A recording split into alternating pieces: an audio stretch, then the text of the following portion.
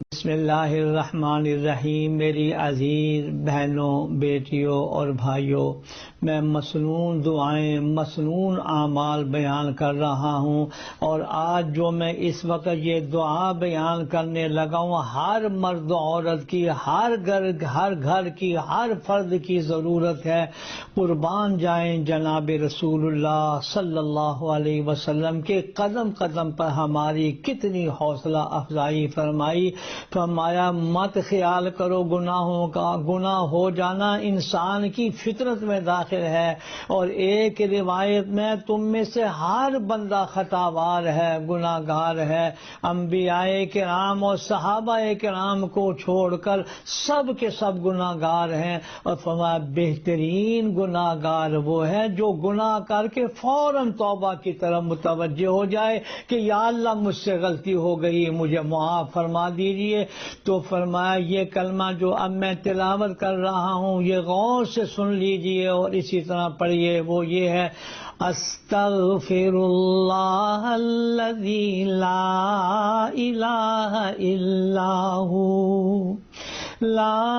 الہ الا هو الحی القیوم واتوب الیہ، جس کا معنی یہ ہے کہ یا اللہ میں ہر چھوٹے بڑے گناہوں سے معافی مانگتا ہوں، توبہ کرتا ہوں، یا اللہ میرے سارے گناہوں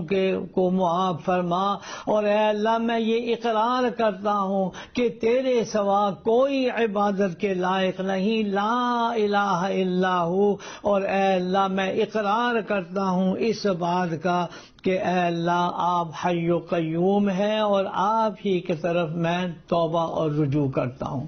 میری بہنوں اور میری بیٹیوں، یہ ایک لائن کی آیت آپ اگر صبح کو 3 مرتبہ پڑھ لیں، شام کو 3 مرتبہ پڑھ لیں، تو قربان جائیں جناب رسول اللہ صلی اللہ علیہ وسلم کے فرمایا سمندر کی جھاگ کے برابر بھی اگر گناہ ہوں گے تو اللہ جل شانہ معاف فرما دیں گے۔ سچے دل کے ساتھ، ندامت کے آنسوؤں کے ساتھ یہ دعا مانگی جائے تو رب العالمین کبھی محروم اور مایوس نہیں فرمائیں گے۔ اللہ قدر کی توفیق عطا فرمائے، آمین۔